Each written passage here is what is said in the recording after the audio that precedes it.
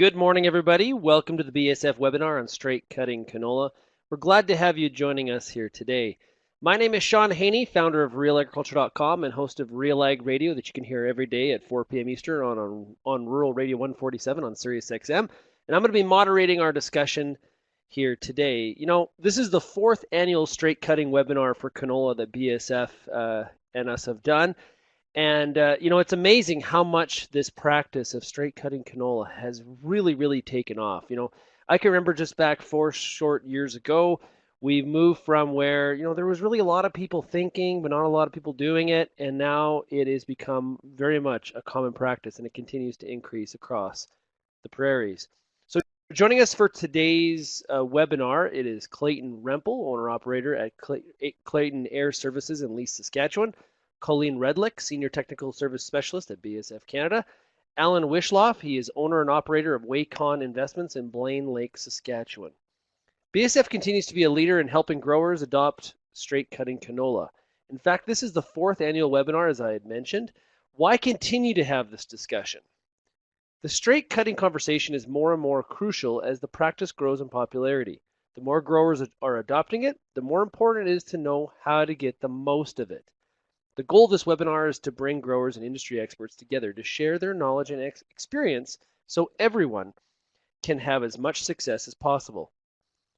Today, our experts will cover a broad range of straight cutting topics with a special emphasis on aerial application as well as using pre-harvest herbicides such as Heat LQ. Our grower expert, Alan Wishloff, will offer insight from his experience straight cutting on his farm, from the equipment he uses to important practices he makes in season and after the season. We'd like to end the webinar today with time to answer your questions. To submit a question, just type it in the chat box and we'll have one of our straight cutting experts answer them during the Q&A portion of the webinar.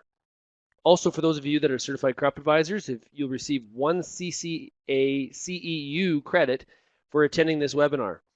If you've registered at an earlier date and forgot to provide your CCA number or forgot to include it when you signed in today, be sure to contact Ag Solutions Customer Care. Before I let our experts take it away, let's take a closer look at straight cutting across Canada. According to the Western Producer, a 2015 survey predicted that nearly 3/4 of growers were interested in trying straight cutting canola. Internal and external BASF resources confirm this, saying that the percentage of canola acres being straight cut is increasing up to 10% per year. We've also noted that the amount of straight cut acres receiving a pre-harvest herbicide application is doubling annually. The same resources estimate that the adoption of canola hybrids designated for straight cutting will be close to 8.5 million acres in 2018. And by 2020, according to estimations by the producer, 50% of canola acres will be straight cut. Without a doubt, the straight cutting trend is continuing to rise. With the increase in the percentage of straight cut acres, it's even more crucial that growers understand how to ensure straight cutting success, knowing which varieties to choose, how to properly dry down the crop before harvest, the importance of disease management before straight cutting, and how to optimize your equipment are all key in developing an effective practice. The more growers can optimize their straight cutting practice, the more likely they can reap the benefits, including more time for the crop to mature, reduced labor, fuel, extra equipment, and less field passes. So let's get on to it. Our first speaker, Clayton Rempel, is owner and operator of Clayton Air Services in Leith, Saskatchewan. His experience working with some of Canada and Australia's largest applicating companies prepared him to start his own business in 2014, where he continues to deliver a high level of service for his clients today. We're going to get over to Clayton. I want to mention that this segment is pre-recorded. Clayton is out. It's that time of year. He's out buzzing around, flying the plane. So he was unable to be with us this morning, but we did pre-record this segment. And let's play it now. Clayton, you're up, buddy. Clayton, how's it going today? Good. How are you doing today? I'm doing good. I'm ready to talk some aerial application here. So, Clayton, when we look at this topic, what are the benefits of aerial application? Well, I think it's definitely a broad question, but the straight cutting canola is really proving to be a place where the airplane is finding almost another season where we didn't do a whole lot of Roundup work or herbicide work, and all of a sudden it's a place where guys there's obvious damage doing it by ground, and only on dry years can a guy get away with not desiccating it. So yeah, the airplane is definitely finding a home there. Definitely a lot of other benefits, but as we're talking about the straight cut canola, that's an obvious one.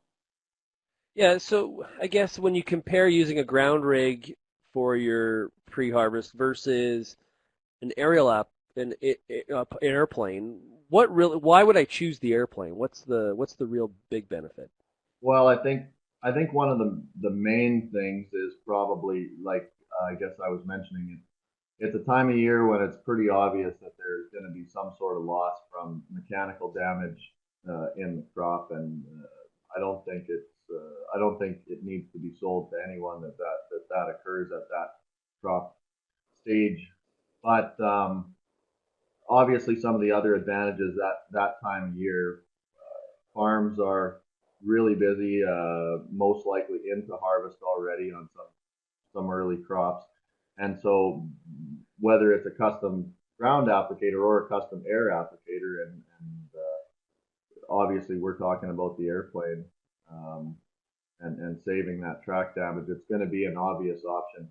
Um, and then if you have a working relationship with an aerial applicator, we can cover a lot of acres in a day, and so can the ground rigs these days. But um, I would say one of our planes in desiccating season with good weather can quite easily do 2,500 acres in a day, and that's a kind of a less productive time of year for us. So if you're working with a company that has a few airplanes, it's not hard to cover a lot of ground if timing is an issue. So obviously with an airplane we're using lower water volumes. Is that one of the benefits then of using an airplane for this application, in the sense that we get faster dry down? Water volume is probably a pretty hot topic. And I, it's interesting probably the way you worded the question. I wouldn't say that lower water volumes are getting away with lower water volumes is not an advantage to using the plane.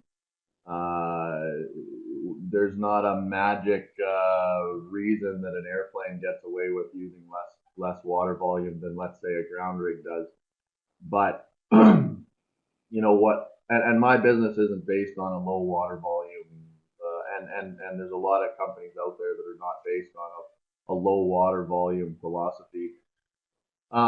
We when it comes to desiccating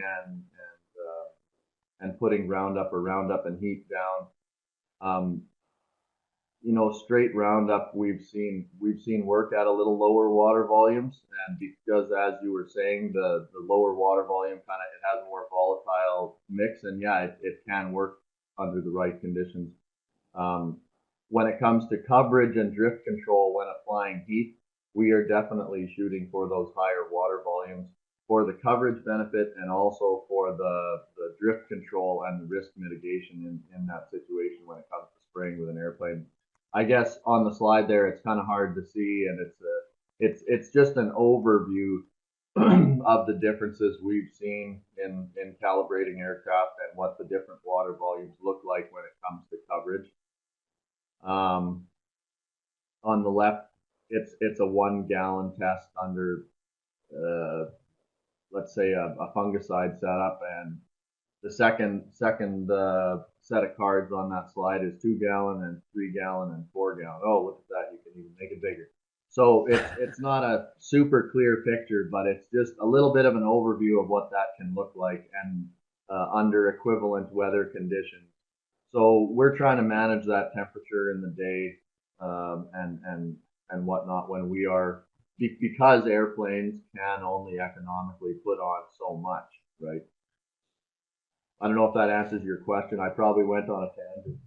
No, no, no. It's good. It's good. I think I think obviously one of our goals here when we're doing this, we want to make sure we get the best coverage possible, right? We want to get obviously we want to have the most effectiveness for the product as possible. So when you look at some of the data and some of your experiences, how do we assess the spray coverage as the heat comes out of the airplane? Like, I mean, aircraft are calibrated every year, or legally every 2 years, but many labels say that airplanes have to be calibrated every year. So most operators are familiar with having their airplane calibrated. Um, it really is going to come down to it's really going to come down to that aerial applicator's relationship, in this case, with their BASF rep, and knowing what they do and what their application practices are and how they put it on, and then just history. Is it working? Is it not working? Um, our company rule, we're generally putting on Roundup and heat at no less than 3 gallons an acre, and we're often doing it at 4 for people. And I know I've got to be, we know what the label rates say, but we're trying to do as much as we can. We're trying to do as much as we can to obtain that coverage, but still be able to be in an economic place with the custom application rates. Um, I I don't want to speak out of turn. I think we've got a pretty good relationship with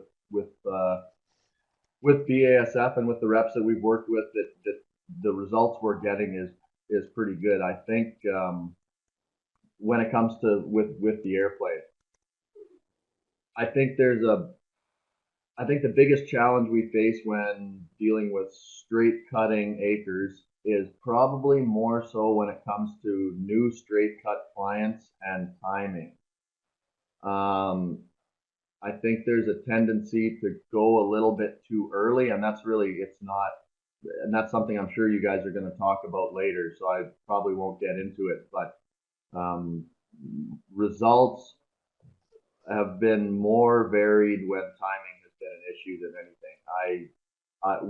And I'm speaking specifically about aerial application, and I would say that I hear this from other aerial application businesses. This is not just a plug for myself, but some of the cleanest fields farmers are seeing the next spring are the acres that they have straight cut and had sprayed by air.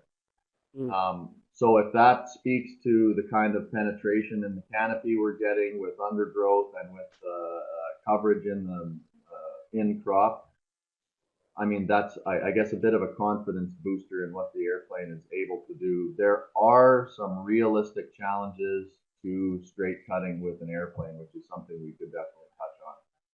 Yeah, well, going in too early, that sounds similar to some of the challenges that people face when they're swathing as well. We get a little bit eager. We're eager to get the crop in the bin. Do you have any estimation on the costs of mechanical damage from ground units? Obviously, that's one of the negatives you talked about, or the advantages of using an airplane. You don't get that. And what are some of the cost differences between hiring a ground rig versus an airplane? Well, everybody's got a different calculator and calculates their cost a little bit differently, or the application to their farm is a little bit different depending on the type of machine they're running. But just just just to run over probably some rough numbers that I would imagine anybody that has worked with an airplane before has done, and it's not rocket science. Is if you've got 100-foot boom and you're sitting on 12-inch tires and you have a clean quarter that is corner to corner flat, nothing for sloughs, you can drive through everything, you're going to do 26 passes on that field with a 100-foot boom. And I know lots of guys are upgrading to the 120 now and stuff like that and bigger, but plus 2 headlands, you're going to do 28 passes. So that works out to 56 feet of crop in that whole field, 56 feet wide on a half mile that you track down. And what that works out to is 3.39 acres if you do the math. Now, whether it's 100% damage from the track or not, obviously that depends on the crop and stuff like that. And then whether there is mechanical damage that you're not driving over that is happening, but just brushing past the plants, past the flowers or pods or whatever. So let's just call it 2.1%. That's what 3.39 acres on a quarter is. So just the tracks alone, you're looking at about 2%. Now, if you've got wider tires on, if it's muddier, if you have a skinnier boom, wider boom, that is going to change. But I would say a fair number would be 2%. Okay. One last question for you.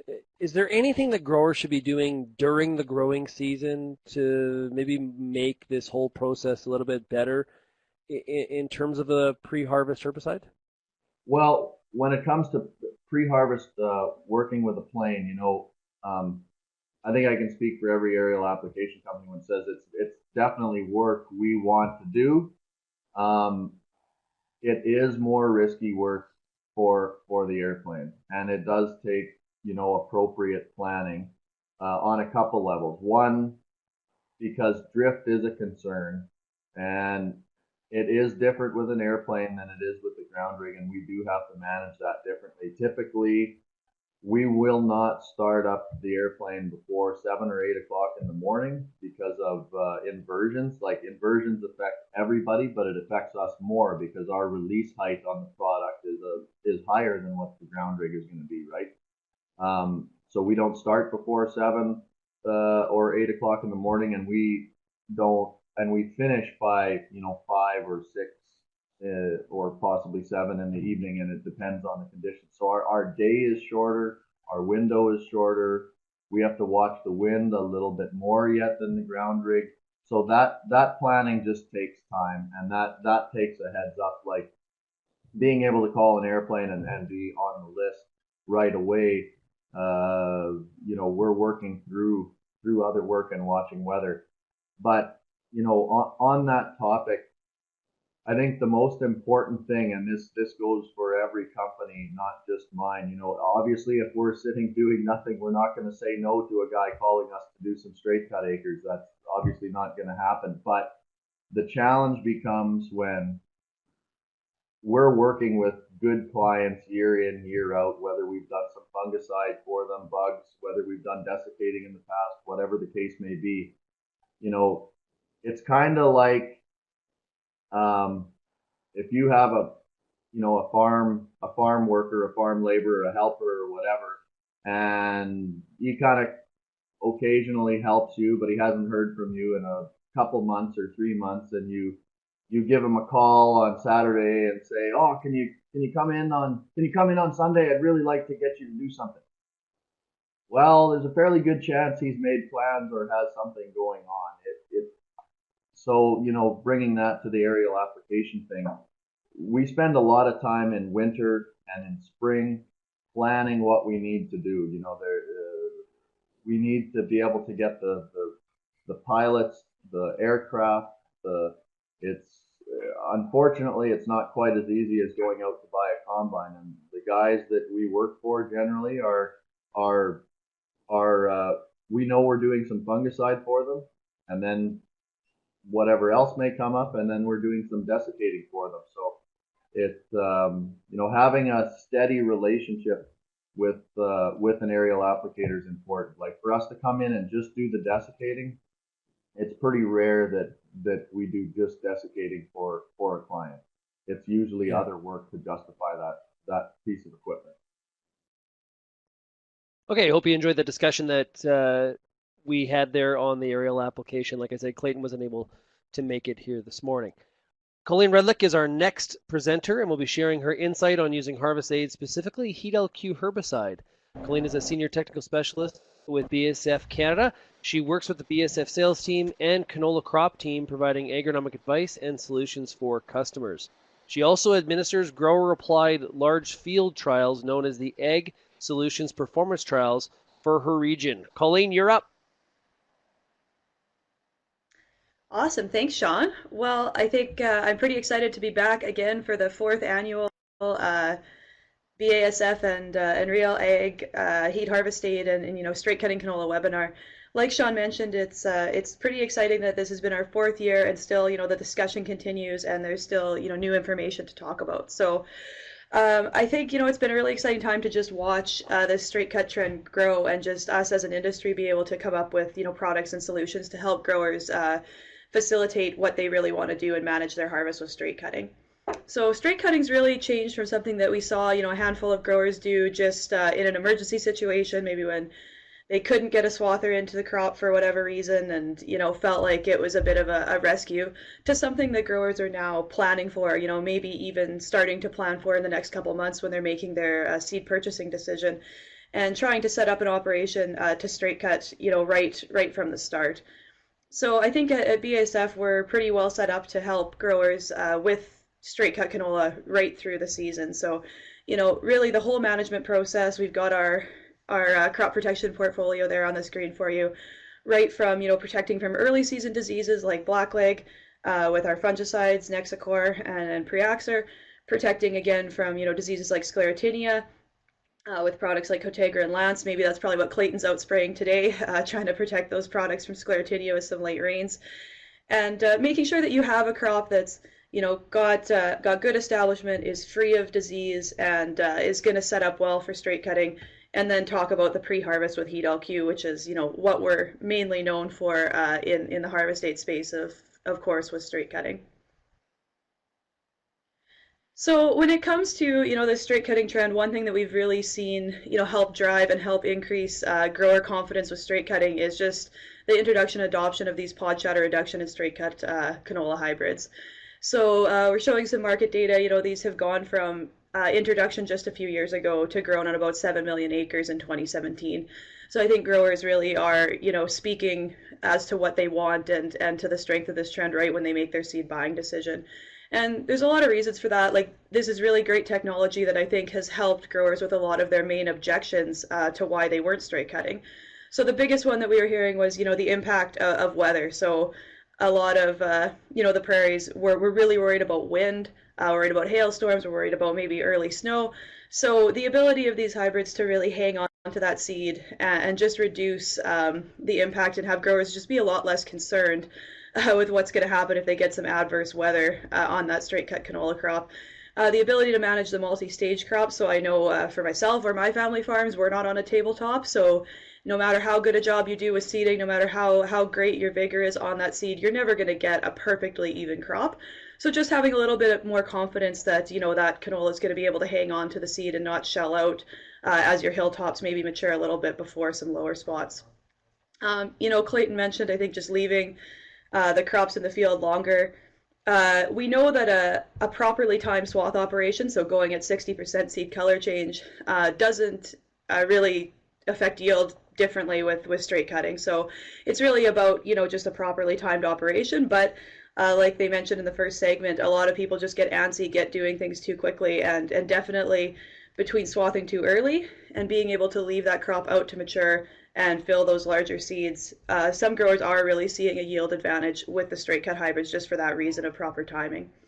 Time management, harvest flexibility, of course, are big. I think, this time of year, harvest time, everybody's trying really hard to manage the limited amount of time they have on the farm. And then just being able to, hold on to that seed, hopefully reduce your harvest losses, and volunteers are a big advantage of these hybrids.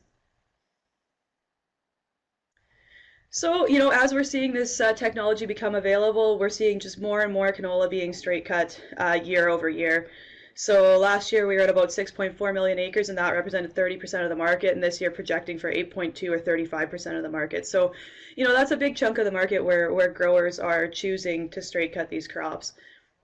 I think another really encouraging thing that we've seen as far as trends around what's going on with straight cutting is we've gone from growers just kind of dabbling in straight cutting and, trying maybe a section or, just little bits of the farm to see how it's going to work for them, to actually doing a lot more acres on their individual farms. So now when we do the surveys, growers who straight cut are actually over half, or 55% of their canola acres are being straight cut. So this is really speaking to the fact that this operation is something that they're able to master and see advantage of, and they're starting to straight cut more and more of those acres on the farm. So when we talk to growers about, what the main advantages that they see are, of course, like we mentioned, it's just better use of their manpower and more efficient as far as using the time. So spreading out harvest, maybe not having to swath, or, if you're at 55%, having to swath less of the acres.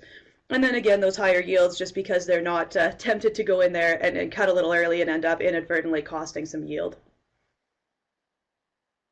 So we alluded to it, and like we said, maybe great timing with Clayton out there bombing around spraying some sclerotinia. But really, I think it's just important to keep a note of all the management practices when you're trying to straight cut a crop throughout the year are going to, be really important to set you up for an effective and successful straight cut operation. So some of the photos just showing, the impact that sclerotinia can have. So even a crop that might have been intended to straight cut, the right hybrid looking like a good straight cut candidate. If you get severe sclerotinia, of course, we know this leads to the premature ripening, some lodging, and premature shelling. So you can actually take your crop from being, an excellent candidate to straight cut and to help, effectively manage your harvest to being something that now you're looking at trying to salvage with maybe swathing to avoid so much shelling. So just important to really remember that early season disease, later season disease, all needs to be managed effectively so that you can have that effective straight cut harvest. So once we've, got our good plant population, we've managed disease all along, we're getting towards harvest timing, approaching and maybe going past 60% seed color change, and the next question becomes, do we use a harvest date on that crop? So canola, people have been straight cutting canola for a long time on limited acres without a harvest date, and it's not absolutely necessary, of course. But when we look at the trends in the market data, we're really seeing that although, you can do it without a harvest date, more and more growers are choosing to use a harvest date. And really there's a lot of advantages that we're going to go into and really speak to why growers are making this decision. I'm going to mention we did some work with PAMI, and they really pulled some great points out of their study. So again, they did some natural ripened canola in that study. They were able to cut it, but the operator just really commented on how much more difficult the harvest operation was to do without the use of a harvest aid. So having extra green matter in the stand, weedy areas and in lower areas that were wetter being, a particular area of difficulty for them, and they just commented on the frustration of straight combining that crop without using a harvest aid. So this is already a time when everybody's stressed. Time management is critical, so when you look at the value of just being able to get through some of those spots a little bit easier and have less plugging and less frustration, I think that's a big benefit that we see with harvest aids. So as we get into it, of course, the harvest aid that BASF makes and is well known for is heat LQ. So heat LQ is, of course, our option that really provides growers just with a great tool to help facilitate a little bit of a faster, easier harvest. So always want this product tank mixed with glyphosate for pre-harvest applications, and a great benefit is that it can actually quicken the rate of crop and weed dry down compared to either just leaving a crop to ripen naturally or just using glyphosate alone. The tank mix of the two products, of course, provides excellent weed control. So not only is it going to dry down those weeds, including those glyphosate gap weeds that you're not going to get much dry down with your glyphosate, but it also is going to help clean up those fields for next season. So I think, one thing that talking to Clayton, he's mentioned as well, is some of those clean fields are ones that they actually do spray with the heat LQ and glyphosate. And of course, great option versus say just a Roundup alone for absolutely any type of canola. So the Liberty Link, the Clearfield, as well as the Roundup Ready canola can all be treated with heat LQ and glyphosate, and it'll help facilitate that harvest. So of course, dry down of canola is one of the main things that growers look for advantages with their harvest aid, and that's something that Sean mentioned in my little introduction that I do the Ag Solutions Performance Trials. So these are 40-acre trials that are applied and conducted by the growers that we work with out in the field. And then me and my students go in and evaluate these. And of course, because growers are concerned about dry down, we're very concerned about dry down. So that's one big thing that we look for in these trials.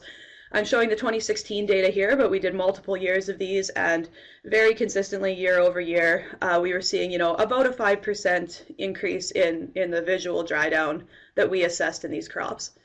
So, visual dry down's a bit hard. You have to get in, you have to actually take a look, examine the stems. You're probably not going to notice a 5% increase from the road.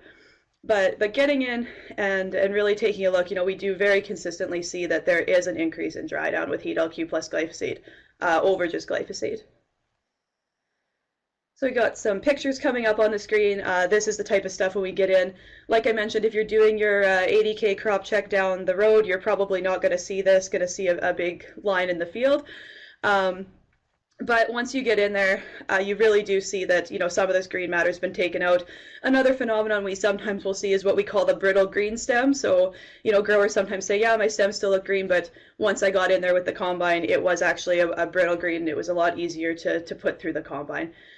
So this is typically, what we'll see with being able to take the green matter out of the stem. You will notice it's 16 days after application, so that's one time when we're in doing these assessments. And typically from the time you apply the Heat LQ plus glyphosate to get in to harvest that crop, you're looking at about 21 to 28 days. So that's one thing that I think the pod shatter reduction hybrids have really helped with, is for a lot of growers, just that gut check of, my neighbor's crop is swathed, it's laying there, there's a perception that it's safer, even though, we've seen big winds blow swaths from where we're at in Saskatchewan all the way to Manitoba. So I don't know if you could say it's necessarily safer, but it is a bit of a gut check that you should be prepared. You're going to have to leave it there for, that 21 to 28 days.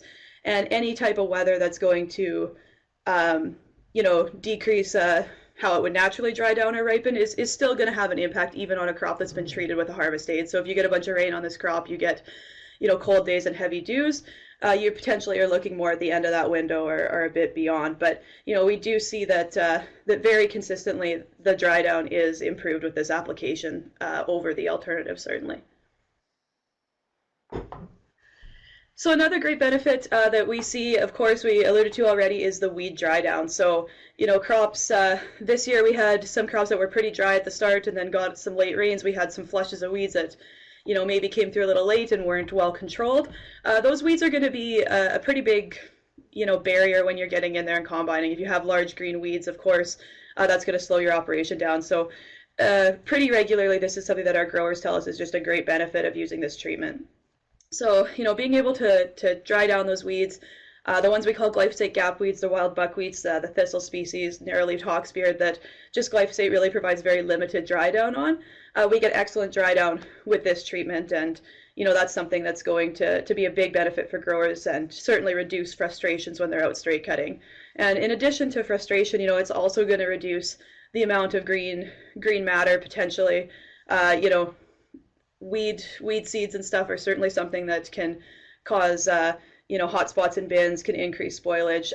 We regularly see with this treatment, because you're able to get control of those green weeds, we've got less dockage, and it's just something that's a little bit easier for growers to manage from a storage perspective as well. So, not only taking the green out of the stems, having less green matter, certainly drying down the weeds is another thing that's a huge benefit when it comes to this application. So Clayton talked a little bit about water volume. I'm going to talk about water volume too. We're probably, as an industry, a bit of a broken record. We're constantly telling guys more water, more water, more water. It's really just, the cheapest thing you're going to spray, and something that's really going to help a lot in terms of the dry down that you're going to get with this product. And I really believe your satisfaction in using this product. So this graph is showing just some work that we did with a group called Enns Brothers Equipment in Manitoba. And we had multiple sites just looking at, the difference between glyphosate alone at 10 gallons, heat and glyphosate at a range of 5, 10, 15, and 20 gallons. So 5 gallons is off-label, that's too low. 10 gallons is really where we want to target as a, lower limit. And, if your goals are really to get in, to have faster dry down, more thorough dry down, really a lot of our growers have great successes 15, 20 gallons. Some growers we talk to say, yeah, like if I'm not going to be able to do 15 gallons, I really don't necessarily want to do any pre-harvest at all. So, I think you can have success at 10 gallons, but it's really a matter of understanding what your goals are and making sure that your water volume is in alignment with these goals, because certainly, all the way from right after application to getting to that 15 days, we're really seeing that it's a pretty obvious trend. The more water you add, the quicker and more thorough your dry down is going to be. So as far as timing, timing's one that, like Clayton mentioned, is super critical. Going too early, Sean alluded to, not a good idea with swathing either. Also very important with your pre-harvest application. So when we first rolled this product out, we actually were saying 60% seed color change was kind of the, guideline for timing, at least 60% seed color change. Now, just as we've learned more about this product, we've had a lot more growers get experience with it and tell us what's working, what's not working. We really are encouraging, and we've made our new recommendation 75% seed color change on that main raceme. So, making sure you're not doing the crop check from the road, you're going in, you're opening those main racemes about 3/4 of the way up, and you're seeing that seed color change from green to that dark brown or black. This is really something where Just waiting a little bit later, we're seeing growers getting, a lot better results, being happier with this. And of course, I think we all put our rosy colored glasses on when we want to get out there, we want to get harvest going. All of a sudden, 60% seed color change. Well, it might actually be more like 40, right? You're just in a bit of a hurry. So getting to that true 75% seed color change is really something that we're encouraging everyone to do. And just wanted to mention as well, heat LQ, no different than any other harvest aid, it doesn't actually speed up maturity, right? So maturity is a genetic trait influenced by environment, but a pre-harvest, whether it's heat or diquat or glyphosate alone, it's not going to actually make that crop mature, make those seeds change color. It's just going to really dry down the crop and bring it in a little bit faster from a dry down perspective. But maturity is not something that you can influence, of course, with a harvest aid. So I guess getting ready to wrap up here, we'll get down to the nitty gritty. Probably everyone has seen a case of heat, so you get your little jug of heat and your jug of merge. We also, of course, have our bulk offer. So, if you're doing a large number of acres, our tote will do 1,000 acres at the pre-harvest rate, which is the 40 acre per case rate.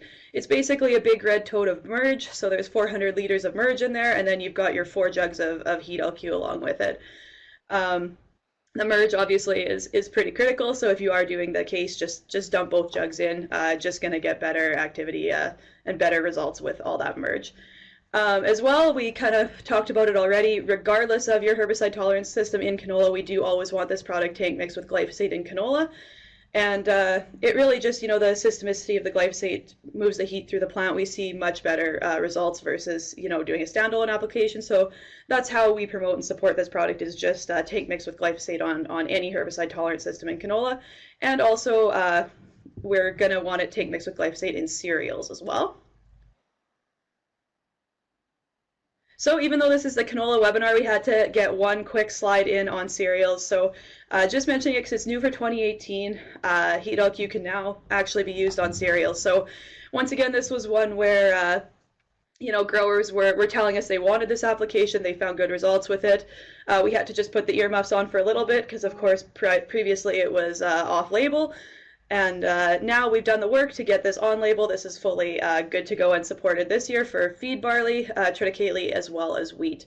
So, we've talked a lot about optimizing the canola harvest and straight cut harvest, and hopefully we're going to have less volunteer canola in the future. But right now, certainly volunteer canola is a weed that can come in the late flushes like we were talking about having this year and cause some issues for growers to get through that cereal crop as well. So heat doesn't have activity, as most of you who've used the product know, on grasses, so it's not going to be drying down your actual wheat. The glyphosate's going to be your harvest, pre-harvest, I guess, on that. But as far as from weed control perspective, this is a huge benefit that we see for those broadleaf weeds. So the volunteer canola, the kochia, the wild buckwheats of the world are certainly ones that are a great benefit to use this product.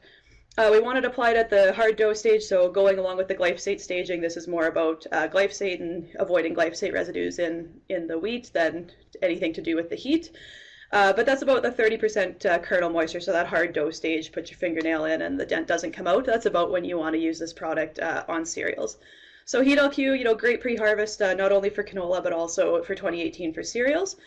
And that does it for me, so I'll flip it back to Sean and talk to you all again during the question period. Really, really appreciate it very much. Okay, so we've heard from Clayton, who's applying the product. We've heard from Colleen, who knows all the technicals of the product. Let's talk to the farmer that's using all of this to make it all happen in terms of straight cutting canola. Our next presenter is a grower with first-hand experience in straight cutting. Alan Wishloff operates Wacon Investments and farms with his brother in Blaine Lake, Saskatchewan. Alan has been straight cutting for 10 years now. Definitely an early adopter. Up to 2,500 acres this year. Alan can add to our discussion on pre-harvest applications since he applied heat LQ on 100% of his straight cut acres in 2017 and plans to do so again this year. Alan, how's it going? All right, man. Hey, How really are you? good, really good. I hear you got some rain last night, so I can tell there's a big smile on your face. It's Yeah, last couple of days. Yeah. The crop is really advanced. It's really taking it in, and I should go and spray. well, okay, well, stick with us here, okay? Alan, give us a bit of a history lesson here. You've been doing it for 10 years. What's been your experience straight cutting canola?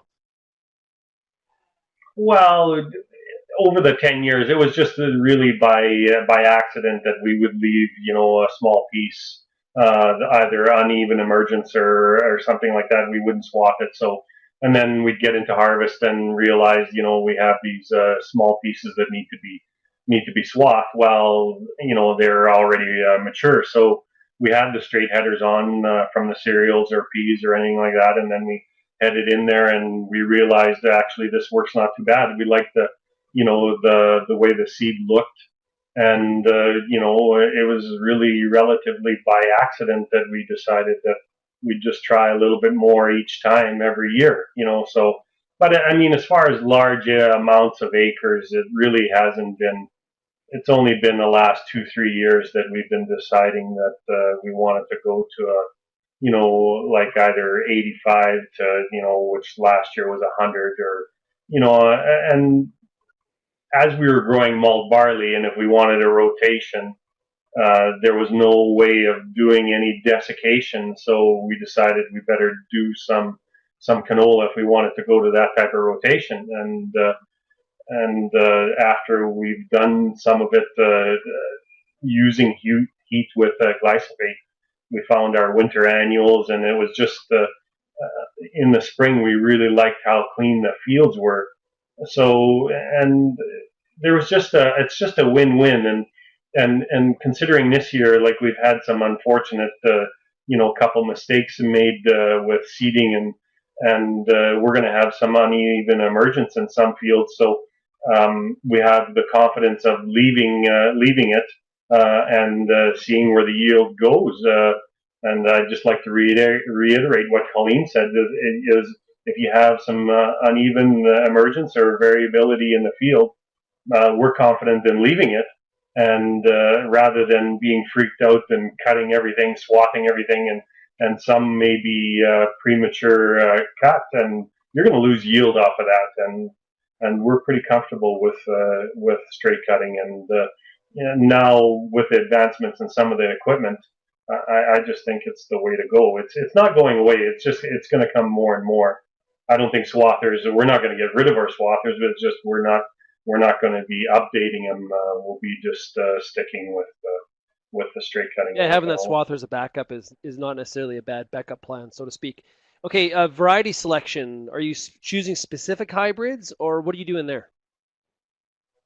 Well, initially on the Invigors on the 140P, we were doing that because it was a straight cutting variety. But last year we did everything. We did some Brett Young stuff. We did all the Invigors 252, and we're doing the same thing, and Clearfield varieties, and not so much the Roundup Ready varieties last year, but this year we will. And that would still be a priority to use the heat as well in order to get that dried down. Because if you do have any weed growth, you still want to clean them up. We like it, it cleans up the fields, and we see it in there in next year's crop. Awesome. Getting a good variety there across all the different options. Okay, so I hope everybody got my pun on variety. Okay, so let's talk about you mentioned equipment. What are you doing equipment-wise? Well, we're running Claws combines right now, which gives us, we run one of the specifically designed headers, which is an augered, long, adjustable cutter bar up to 24 inches ahead of the auger, and that one works the best for canola. And we do have a newer Magdon Draper header. That works okay, but as far as the Claws header, I think it works the best for the canola because it's got the side cutter bars and the augered header, where I think that I like the way that works, and our losses are minimal as compared to any other header. I think the auger header, in our experience, works the best out of all of them. Okay, last question before we move to the Q&A portion. Al, when are you, what is your timing on the application of the heat LQ, and how long are you leaving it in the field? Well, like Colleen had mentioned, you have to be really patient, and that's imperative. It's going to take a while. The bigger the crop, the longer it's going to take to dry down. yeah, 21 days, 3 weeks. By the time you're going to get green matter, especially if your fields are variable, it's not going to speed up the maturity. You just want to get it dried down, and believe me, you're gonna if you go in there prematurely, you're gonna have some problems with plugging. Uh, we've had it. It happens. You just have to be patient. Go do something else because some of those days are going to be really tough to take if you go in there too soon. Okay, cool. So our final presenter is a grower with firsthand experience with straight cutting. Eric Dick is a grower who operates 4D farms with his wife and mother in Springsteen, Manitoba. Eric has been straight cutting for 5 years now. Last year, he straight cut 800 to 1,000 acres on his farm, which is about 1/3 of his total acreage. This year, he plans to straight cut between 1,000 to 1,500, or 50% of his total acreage. Eric will also add to our discussion in terms of pre-harvest applications, since he applied Heat LQ on 500 of his acres last year and plans to apply it to 700 this year. Eric, thanks a lot for joining us. Thanks, Sean. Hey, how are your crops looking out there in Springsteen? You know, they look actually really good. Been really lucky. We got a little bit of rain last night, and that's not going to hurt things either. Nice, nice. Okay, give us a bit of a history lesson here. What's been your experience straight cutting? You've been doing it for 5 years. Obviously, you're increasing the amount that you're doing on the farm. Fill us in a little bit. Yeah, we've been straight cutting canola in particular for about the 5 years here. We've really enjoyed it. We find that it saves a lot of time in the swather. We're trying to limit that sort of time there. It's all a lot of things like Colin and Clayton, or Colleen, I'm sorry, and Clayton mentioned already. You know, dockage has gotten better on the farm. Those sorts of benefits of them. We really like it, and we do as much as we can in the canola. All of our wheat gets straight cut. We grow seed alfalfa that gets straight cut. As much canola as we can straight cut. We do that. Okay, tell us a little bit about the disease control, the importance of disease control prior to straight cutting. What your experience has been there?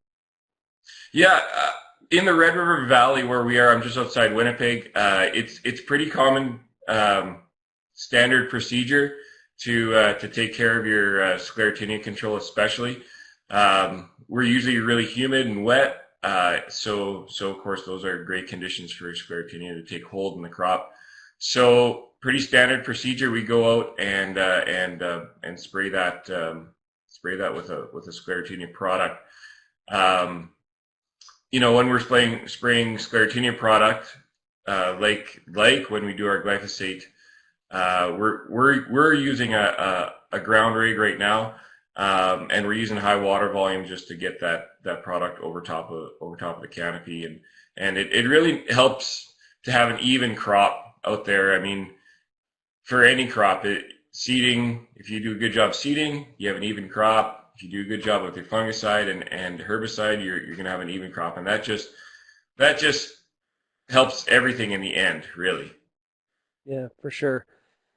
So what straight cutting equipment are you using? Because everybody's always interested in, you know, obviously the combine and specifically the header. What are you doing? Yeah, so I wouldn't say we have anything special equipment for straight cutting canola, but so I have two combines. I have a John Deere 9600. We've got an auger flex header for that one. Of course, we don't use it in the flex position. That does a pretty good job. And then for my other combine, my rotary combine, we have a Macdon FD70, a draper header. That one, we do have a P auger on it, on that header to help move the canola in. I really, really like that header. It does a great job. We don't have any of the side knives or the extendable knife, anything like that. We find that if we set our reels back, closer into the combine, we have less losses. That's one thing we've noticed in the last few years here. If you set those reels out too far, then you're going to be hitting that crop and probably knocking pods off. We generally find that the pods don't pop open, but we'll knock them off their stems, and then they're on the ground. You're not picking them up. So from the point of using the pre-harvest aid like heat LQ to harvesting, how long do you usually leave it for? We're looking anywhere probably close to 14 days. It's very similar timing to swathing. The difference is I lose a day on a quarter to swath a quarter of canola, whereas I can spray it in an hour and a half. So the timing between your desiccation or swathing to harvest isn't any different really. It's just that time that it takes to get it set up. So are you, in terms of variety selection, are you going all pod shatter varieties, or are you using regular hybrids as well?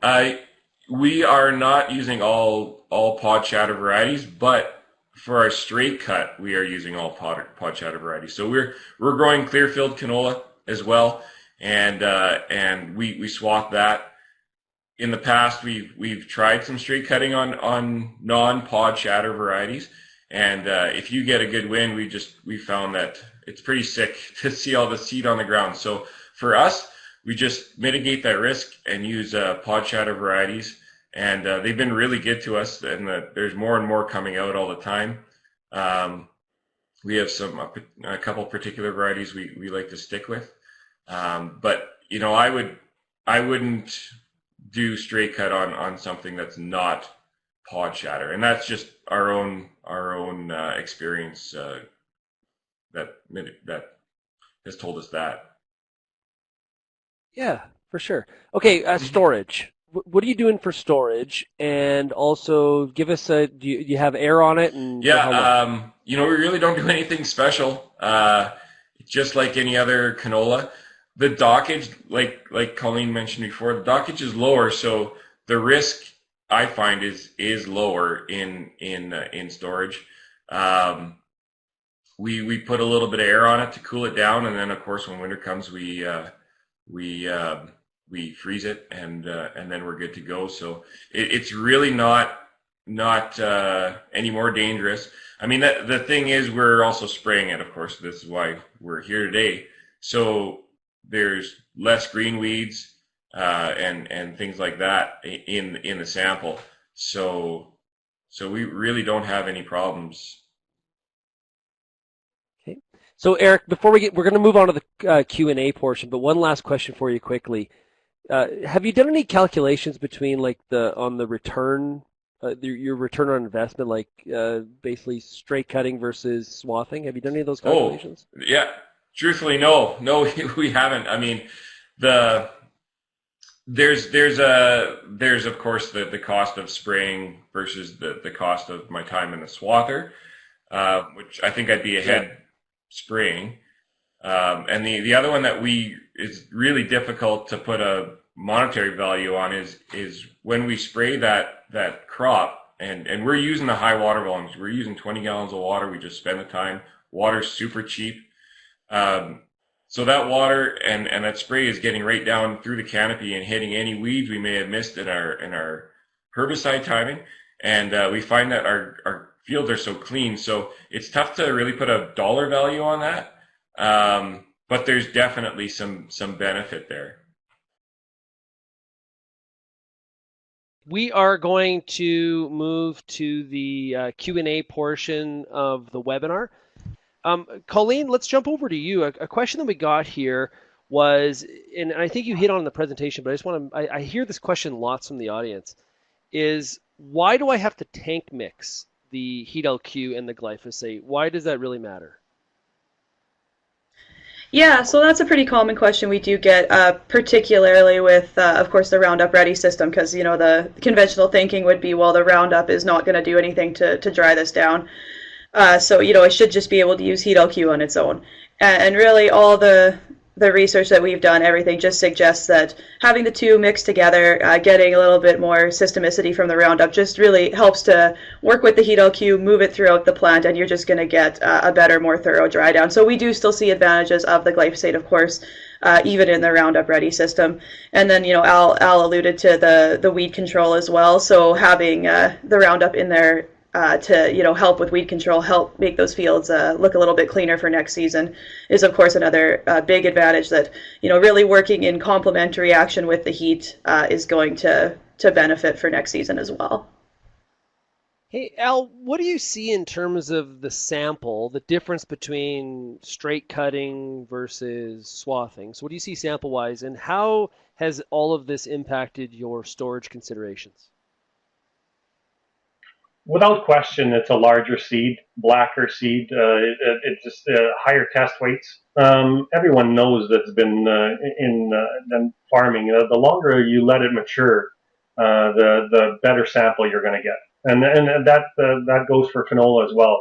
If something is swathed prematurely, especially in your the heat, hotter days, you're going to shrivel the sample.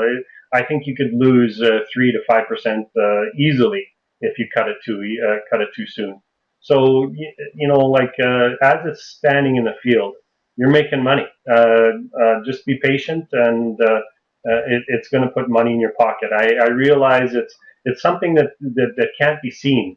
Whereas if you when you're swathing and you see one a canola plant that shatters, you think you're losing, but really not as much as if you were cutting it green. And as far as the storage side, yeah, I'd be very careful because you're going to have variability. I would never take a straight cut canola and pop it into a bin without monitoring and having aeration. That's one thing that I would suggest to all growers, is be very wary of how you're doing that, because you're going to run into, you can have 8-9% canola where you want to be ideally, but you're going to run into a low spot and find that section is going to be 11-12. So you got to be very, very careful what you're doing, and I just want to reiterate that's one thing that every grower should be considering. Okay, cool. Thanks, Al. Okay, we've got a question here from Jay Wetter from Canola, Ontario, and Jay also, of course, the editor of Canola Digest magazine. I'll mention that. So just to clarify seed color change, you want to see 75% brown-black seeds. I ask because the swath timing, the Canola Council of Canada says seed color change is any hint of color change, including a tiny speck of brown on a green seed. Colleen, do you want to clarify this? Yeah. Oh, first of all, hi Jay. Glad you could join the webinar today. But we're all saying the same thing. Yeah, that is what we mean by 75% seed color changes. Just find the main raceme 75% up, looking for, not completely turned brown-black seeds, like Jay is saying, just some color change. So, just not completely green, basically. The seeds at the bottom of the raceme then should be that hard brown-black. But yeah, everybody can feel free to use their Canola Council of Canada swath guide to kind of get an idea of how to stage. We are, in agreement with that. It's just 75% seed color change as far as, any amount of brown-black turn in that seed on the main raceme is what we're kind of going for as a minimum. And then, of course, lots of growers having great success even with, a little bit more, 80-90% seed color change. Okay. Hey, Al, so you've been straight cutting for 10 years. Is it getting easier over those 10 years, or is there new challenges and the new learning events every single year? Well, every year environmentally it's different, right? Although I'm not, I'm promoting that actually in our experience the heat works. It brings down the green matter so we can get in there and harvest. It's quicker, whereas before you'd have to let it sit for a very long period of time. I think that I should mention, like I think it was 12 or 13, like all our canola was swathed. And to think that we were saving it from shattering, well, we had a windstorm and we lost half our canola. So I don't think it makes any difference as far as shattering. So that's one of the major decisions that we made. I don't think it makes any difference whether it's swapped or standing. If it's going to shell, and so if you can let it stand, go with it, and I think you'll reap the benefits. It's not, just start slowly. It's a learning curve, and once you get onto it and have the right equipment, guys will like Cool. it. Okay, Colleen, farmers are, of course, in the summertime, very, very focused on weather. So, do you have any information on how weather conditions impact the dry down process? Yeah, so I mean, I kind of mentioned it a little bit when we were talking about how long you'll have to wait, and I think Al alluded to it as well. You know, when you're out there waiting for canola to dry down, basically anything that is going to slow down what your natural ripening process would be. So you know, those times when you have super heavy dews, it's very cold. You know, rain of course can actually increase your seed moisture and just really slow down the drying process. So that's definitely how we mainly see environment, you know, impact canola dry down and the time for straight cutting, you know, from the time when the pre-harvest aid is applied to the time that they're going to get into the field. So it's definitely something to keep in mind and consider. Like Al said, you're waiting a long time, and it's a bit of a gut check when the environment especially doesn't cooperate with you.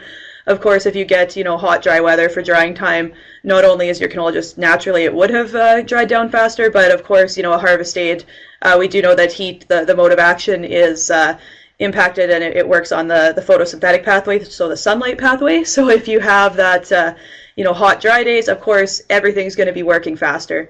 So environment definitely plays a huge, huge part in it, and important to kind of remember that where you farm, how the environment usually is at the timing of dry down, and help that set kind of realistic expectations for when you can potentially get into that crop and start cutting.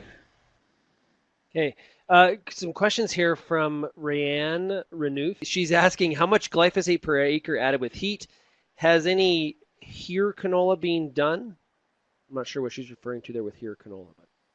Yeah. If Rayanne's still on, maybe she could specify that. I'm not sure if I heard that acronym either. Yeah, so 360 grams acid equivalent glyphosate with. Jay Wetter just clarified for us. Jay's just a rock star on this webinar right now. So 360 grams acid equivalent is the baseline recommendation with heat LQ plus glyphosate. So you do want, you know, that base amount, and then Jay and Rayanne just high urusic acid rapeseed. Yeah, I'm not aware of anybody who's necessarily tried on that variety. I can't really see why it would react any differently, as long as, you know, everybody who's buying it is comfortable with it's usually glyphosate residues that they're worried about, but being applied on it. The heat LQ, the treatment doesn't really you know, select based on that. It'll dry down, you know, any kind of canola fairly equally. The biggest thing when you're looking at differences in dry down, like Al already alluded to, is just you know, how much biomass you have there, how big and green your crop is really going to be what has more of an impact on you know, the differences in how the product's going to work in the dry down timing. Okay. Hey, Al, there's probably some growers here that have they've thought about straight cutting canola, but they haven't really been pushed over the edge yet. What kind of advice could you give for them to get started? I know you started by accident. Others are doing it maybe on purpose, and they're having trouble getting going. What would you say to them? Well, try it. A lot of growers have been using pulses in their rotation, so they've got a flex head, either draper or an auger header. Give it a go. See what you think. You know, like, I mean, start small and see what you like, and I think it's like I'd mentioned, it's not going away. I think this is something that's going to steadily increase. We're seeing more and more growers do it in this area, and you can when you go to some of these shows, you know that there's been advancements in the equipment. So it's going to be coming our way. Hey Al, another question here from Shaylin Mins from Vulcan, Alberta. Lots of variability out there based on the weather conditions from 1 mile to the next. We're seeing different staging of the canola. What kind of advice would you give on how to decide the best timing for straight cutting based on what we're seeing in terms of variability out there? Oh boy, like if you had made the decision to swap it, then you can go in and spray it. Just simplify it in that manner. Do your seed color change. Either you want to do it with a ground rig or by air. Obviously, air, you're going to have less damage. We've done our own ground rig application, but I can see the benefits for definitely in certain pieces for by air. And once you've made that decision that if you feel that you could be swapping it, go in and spray it. Let's get these last two questions in. Okay, so quickly, CJ from Red Deer, Alberta says, any idea what percentage of yield loss will occur from sprayer tracks at this timing if a plane is not an option? Colleen, you know? Yeah, I've never actually done that math. I think Clayton had. Unfortunately, Clayton's not still on the call with us because he's out spraying. But yeah, I'm not entirely sure. I don't know if Al has an opinion on that one about the actual percentage. I mean, we do know there'll be some trampage and some shelling, and I think Clayton kind of gave a bit of a rundown at the start. So I would think it would be close to Clayton's estimates from his presentation. Yeah, I think he mentioned something like about 2% with a 100-foot boom. But I mean, I'm uncomfortable with driving on my canola as well because that stuff on the ground, I'll never be able to pick it up. But we do have crop dividers and we run a 120-foot boom. So, depending on the piece, I'm maybe 1.5%. Depending on how things work out. How much loss would you expect using an auger header without the side cutters and extendable table? Al, you got to tackle this one. Oh boy. As far as to quantify what those losses would be, boy, that would be really tough. I can't give him a specific, answer to that.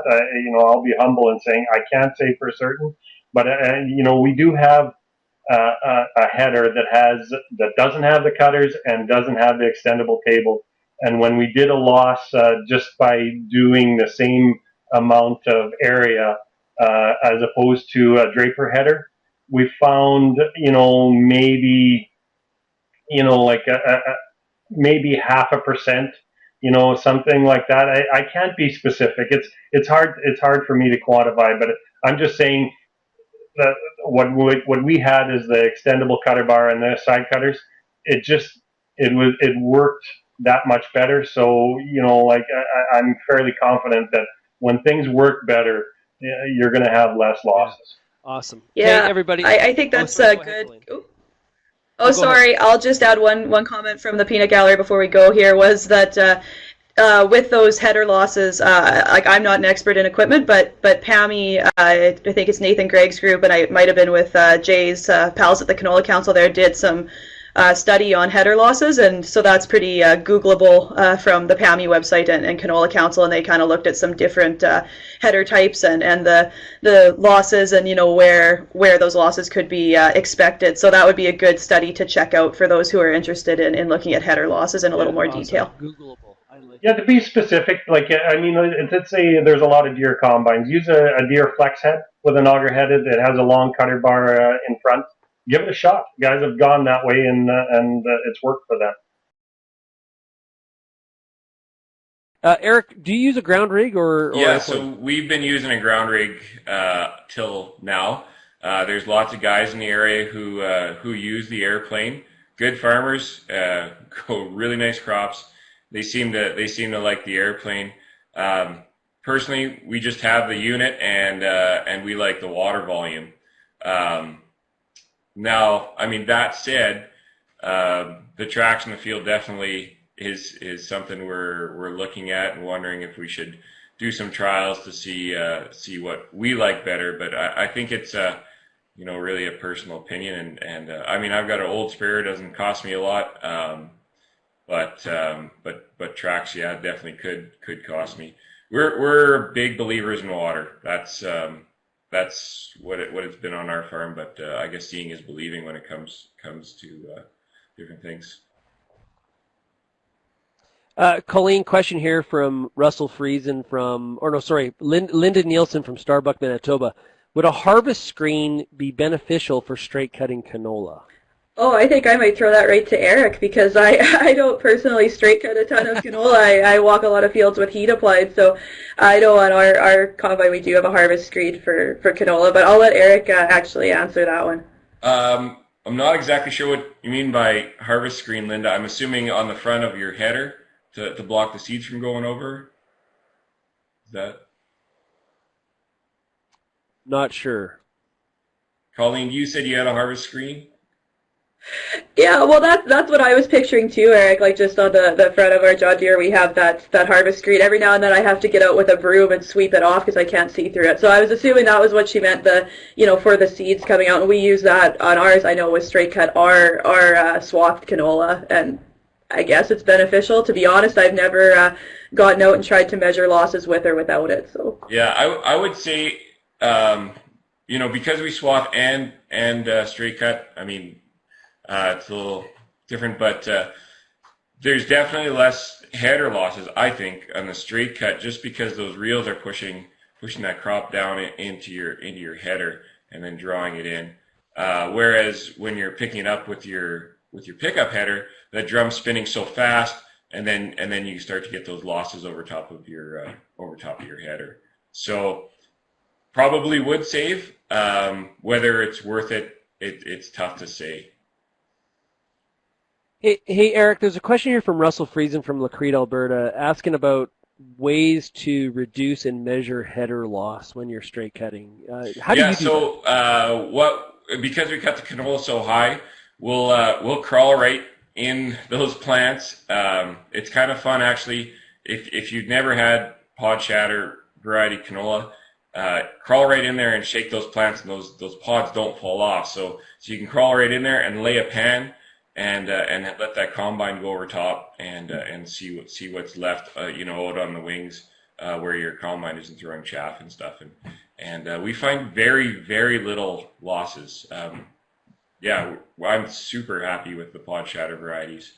Hey, Eric, one of the questions I didn't ask you when we were kind of going back and forth was, if I'm sure over the years that you've been straight cutting, every year you've kind of gained a little bit more experience, and it's getting a little bit easier, although there probably is new challenges every year that you face.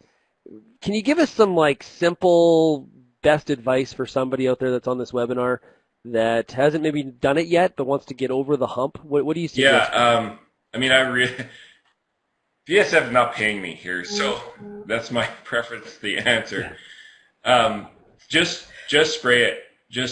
Just spray it. I've seen so many guys go out there and think, I'll just wait. And it is a pain for them to put that canola through the combine.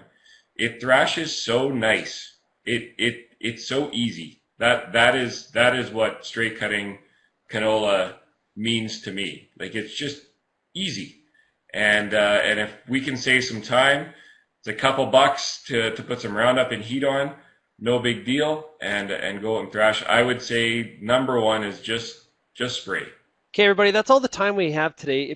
For any of your questions that weren't answered today, talk to your trusted BASF sales representative or call Ag Solutions Customer Care at 1-877-371-2273. Thanks to everybody who joined the webinar today, both to our guest speakers and attendees. We hope you found the discussion surrounding straight cutting canola useful. Our goal here is to provide you with information that helps you improve your operation success. If you're looking for more information on the straight cutting topic, you can visit agsolutions.ca/straightcutcanola. From there, you'll find the Straight Cut Canola guide available for download, as well as our straight cutting video. Both offer up-to-date, helpful tips on straight cutting. For additional information relevant to your business, subscribe to the BASF e-newsletter and get customized agronomic information, grower feature stories, and more. Thanks again for your attendance. We wish you safety and success throughout the remainder of the growing season. And once again, thank you very much for attending. Cheers, everybody.